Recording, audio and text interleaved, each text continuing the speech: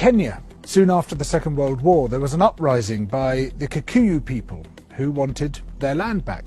The Kikuyu were herded into concentration camps and fortified villages, almost the entire population of over 1 million people. People were systematically tortured to death. They invented a new kind of pliers whose purpose was first to crush men's testicles and then to cut them off. They raped women with bayonets. They raped men. Similarly, a favoured technique was to ram sand up the rectum with a stick. Sometimes they were rolled up in barbed wire and kicked around the compound until they bled to death. Some of the British soldiers boasted about this. This is within living memory. The Colonial Secretary lied about it. The papers documenting it were burnt. The impact of the rich and powerful nations has been so phenomenally murderous and destructive that it has been completely airbrushed from our national consciousness.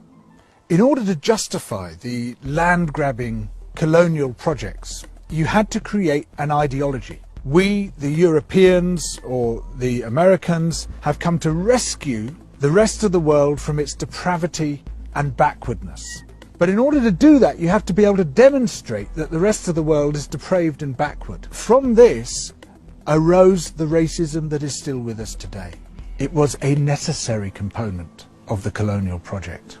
Some people might claim, well, okay, we broke a few eggs to make this omelette. It's as if all those human beings were eggs. But look at the omelette. Isn't it fantastic? Look, we made this fantastic omelette. Forget about all that unpleasant stuff and let's just celebrate where we are.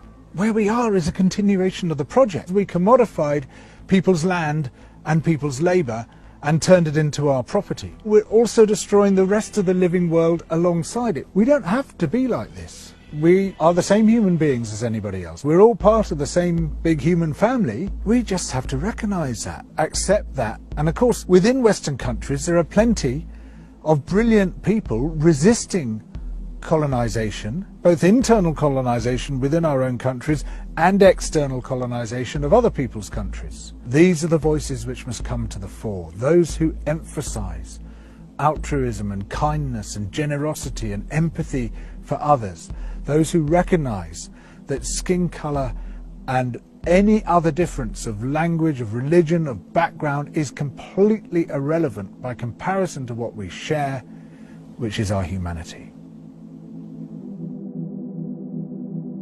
Now more than ever, we need alternatives to the billionaire media. We need people who are not afraid to confront wealth and power, who will speak truth to power, who will call out the things that wealth and power do to everyone else. So please support Double Down through Patreon. It's your support which will allow this alternative media to thrive.